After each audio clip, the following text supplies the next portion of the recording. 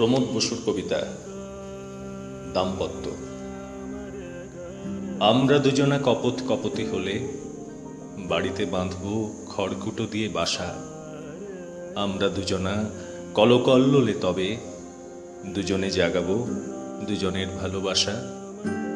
আমাদের কথা জানাজানি হবে খুব, বকম বকম স্বরে যে মাতবে বাড়ি।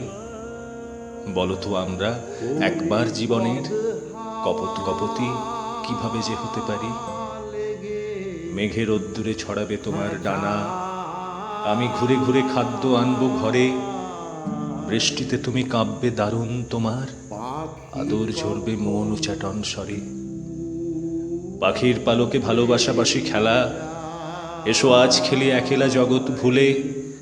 আমাদের কথা আগামী মানুষ এসে নেবে নাকি তার ওষ্ঠে আদরে তুলে। ওরে বদ হাওয়া লেগে খাঁচায়